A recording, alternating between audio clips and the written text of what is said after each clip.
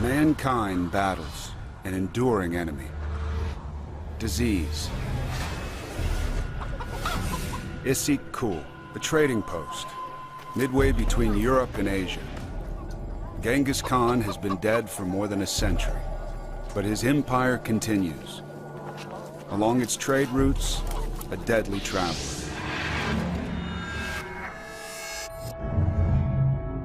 Bacteria. For 3.5 billion years, virtually every corner of the Earth has been covered by these microorganisms. Our own bodies contain more bacterial cells than human cells. Most are harmless, many are essential, but these have the power to kill. Bubonic plague. Passed on by an almost invisible carrier.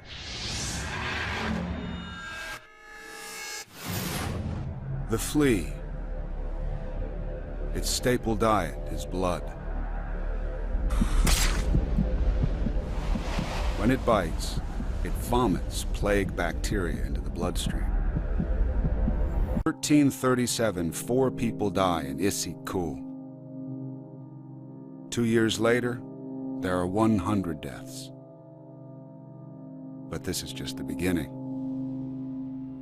Once they've spread, these infections don't stop. Improved transportation makes diseases almost impossible to control. The fleas that carry the plague hitch a lift from one of our closest companions, the black rat. Native to Asia, they spread to Europe with the Romans. From a pair of rats, 2,000 new offspring a year. And every rat can carry 8 plague-infected fleas.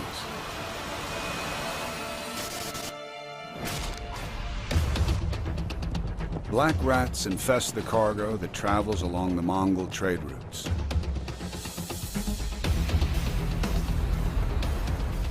Spreading out from Issyk-Kul, the plague sweeps east to China and west towards Europe.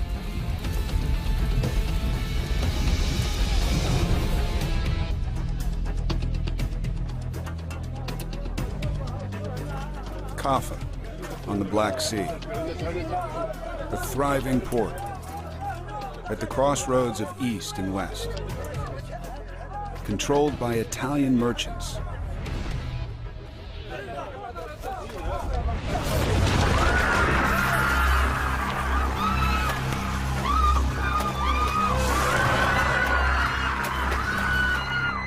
One man is credited with speeding the plague into Europe.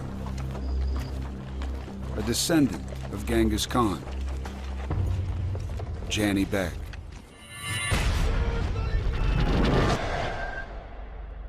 He murdered his own brother to seize power.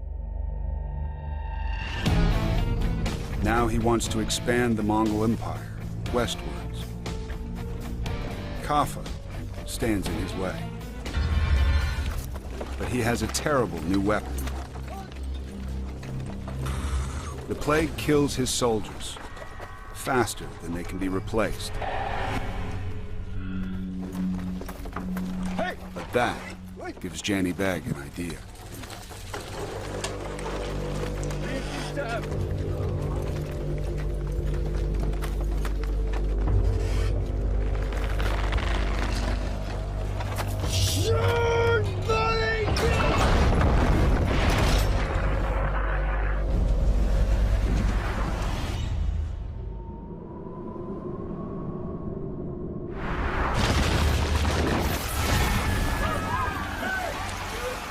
His dead men become ammunition. Biological warfare wasn't entirely new. In the 6th century BC, both the Assyrians and the Greeks used to poison wells. But at Kaffa, the Mongols took it another stage. They launched it physically, like a chemical bomb. Biological weapons are so deadly, they've been outlawed in 165 countries, including Russia and the United States. But it is thought more than enough remain to wipe out mankind at a stroke.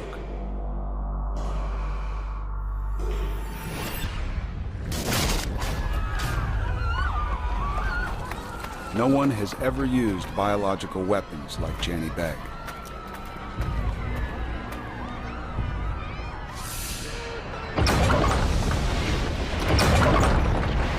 One chronicler writes, What seemed like mountains of dead were thrown into the city.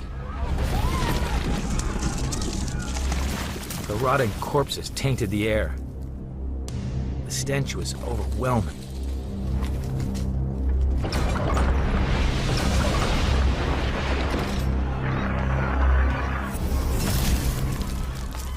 There can be no weapon that is as terrifying as what is unleashed with biological warfare. You cannot see germs. You cannot see disease. And nothing you can do can make you immune to it. the inhabitants of Kaffa try to outrun the plague and flee to Europe. They have no idea they're bringing the disease with them. The plague, en route to the world's most densely populated continent. One suspects it's carried by rats. You don't know what the real cause is. It could be in the air, it could be in the water. And so you have this sensation around you of something building up, but you don't know what it is. The plague takes 10 years to cross Asia, moving slowly from village to village. But Europe is the perfect breeding ground. Hundreds of cities, 80 million people living in close quarters. These cities had all the conditions to sustain plague: the filth, the squalor, the rodents that were just considered part of natural life at that point, and nobody considered that these rodents and their fleas could potentially be a problem. And then you had this massive number of people all packed together in these small dwellings, and it was the exact sort of situation you would want if you were trying to cause a plague epidemic. The plague bacteria are mutating, finding new ways to reproduce and spread. They no longer need to be carried by fleas.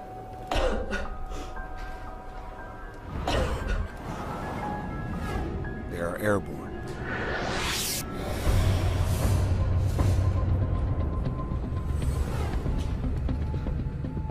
The airborne plague is fundamentally different because it now can be transmitted from human being to human being. The kill rate was 75%. Now, nearly 100.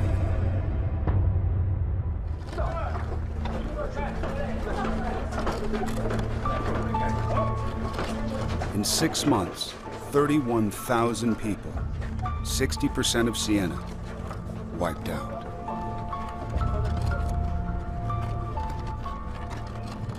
More than 2 out of every 3 persons you knew in Siena were gone.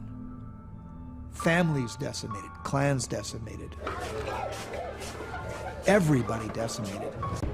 Fear and panic sets in, and you're asking yourself, what's causing this? You know, did I do something wrong? Did I forget to go to church? And each symptom seems like the devil is doing it. The overwhelming theory was an avenging God. Somehow, this was the anger of God causing this disease. Now, disaster tests mankind's faith. Avignon, France. Home to Pope Clement VI. One of the most powerful men in the world, controlling vast armies and enormous wealth. When plague hits Avignon, The people expected the Pope to come to their salvation, to go and intercede to God to stop the plague. But Clement VI can't stop the plague. It devastates Avignon, killing 1,300 people in a single day.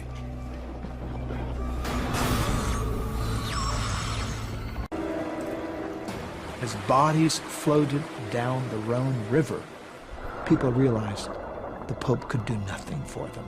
Either God wasn't listening, or worse. 1349, the plague rages across Europe. Mankind is at its weakest and most irrational, searching for someone to blame.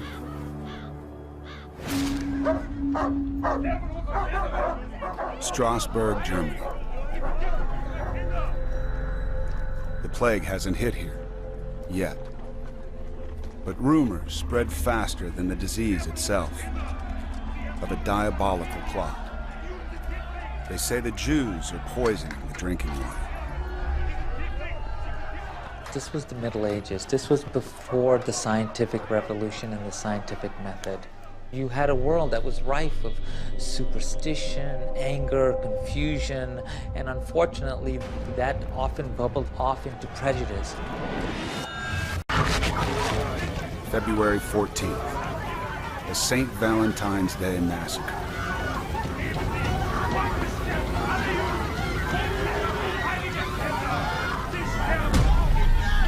The Jews of Strasbourg are given a choice: convert or die.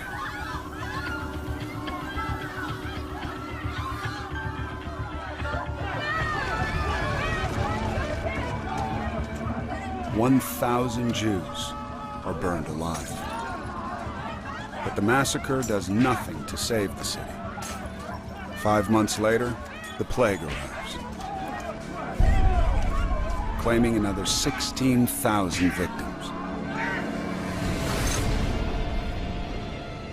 All over Europe, great cities lie deserted. An eyewitness reports. Shops are shut, people rare. A deep silence in almost every place. Consider what we were and what we've become. There was a crowd of us.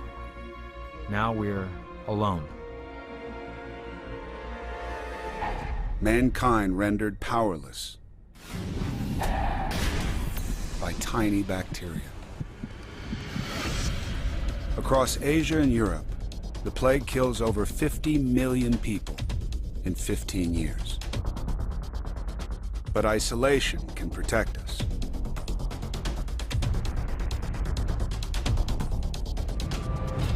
The Atlantic Ocean has stopped the plague reaching the Americas.